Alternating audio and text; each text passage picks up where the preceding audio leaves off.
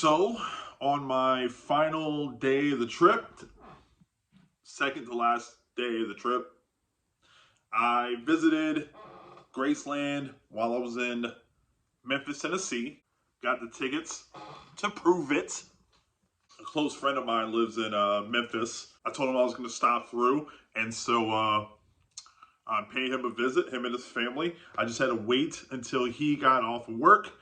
Educating young minds. Graceland has kind of been on the bucket list of things to see. I have already seen Prince's studio when I went to Minneapolis to go visit family up there. So these two are some of the most iconic musicians.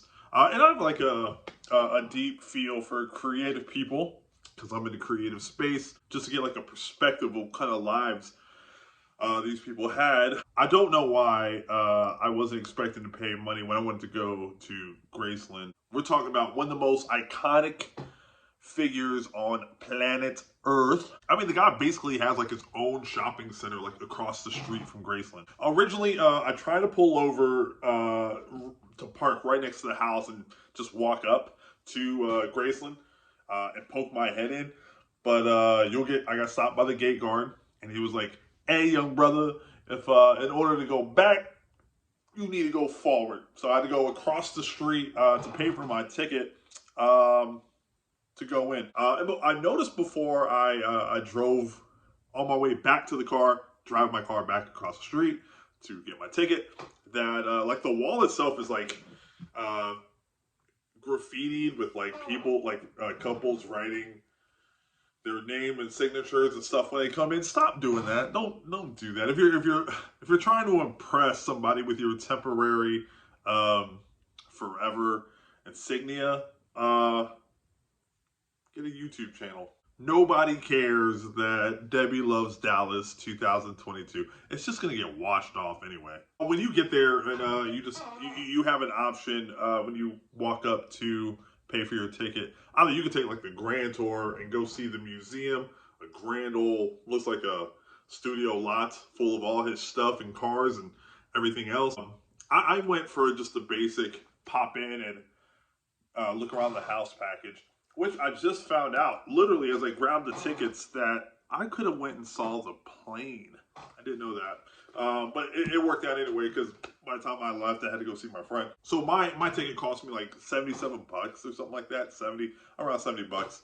And then they give you like an interactive tour. They give you like a tablet with some 1995 headphones, and they put you on like a mini transit and take you back across the street with whoever else is on the tour. When you get there, it's like, when you're pulling up to Graceland, like that's the most awestruck feeling, because now you're in the presence of greatness and other great entertainers and people from all over the world who have been on this property. Like I would definitely say the place is like big.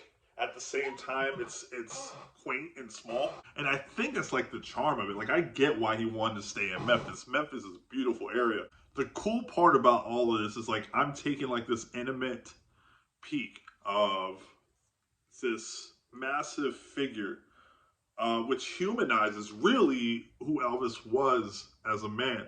I'm 39 years old, and the way like Elvis Presley lived was like a 30-year-old hanging out with his friends who have money would hang out. Like every spot of the house was like a chill spot, and there was like a full bar close, very nearby, no matter where you were in the house. One of my favorite rooms is like this yellow and blue room where Elvis Presley generally just hung out, and he had like 3 TVs hooked up next to each other with his radio in the corner. And then right behind, like right across the hall is like his billiards room, which was like a whole different vibe in itself, where I can just see people were like coming and going. And I noticed like the bar is closest to the doorway. So that way I guess you don't have to go too far to get your drink. Then if you go right upstairs, go back upstairs, because those 2 rooms were like in the basement, you go right upstairs and hook on the immediate right, and there was like this Amazon room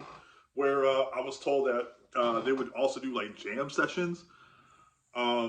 but it had like this like jungle theme to it, which that jungle theme room is right next to the kitchen.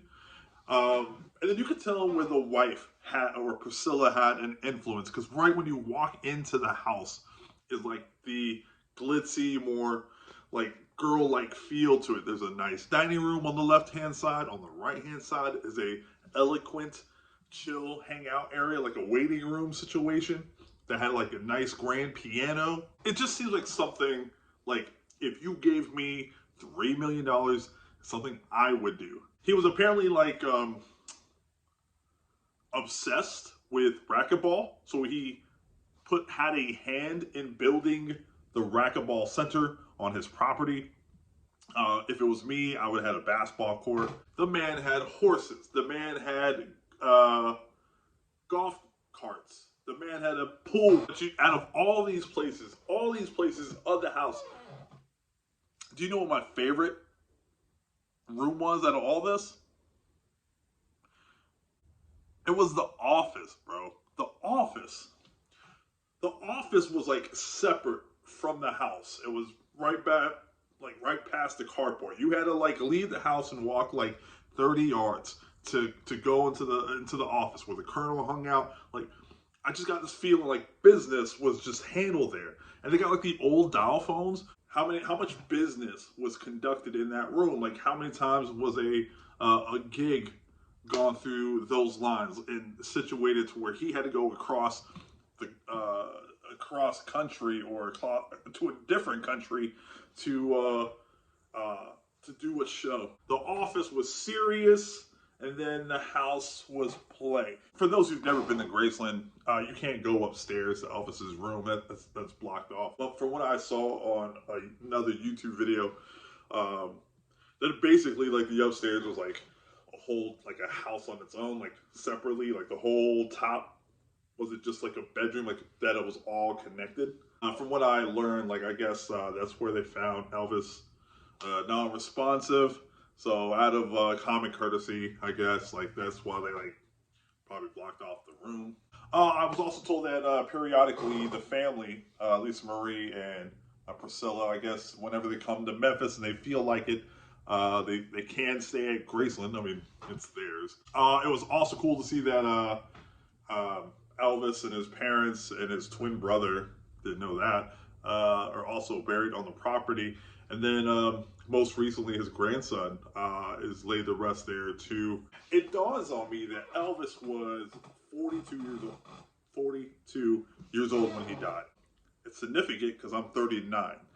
And he's been dead now for 45 years. So it's like a whole life has already come and gone since he's been deceased. And so it makes me feel very unproductive in what I've done in my life, because he's done a lot. It's good to have talent and good looks, I'll tell you that. That's what I'm working on.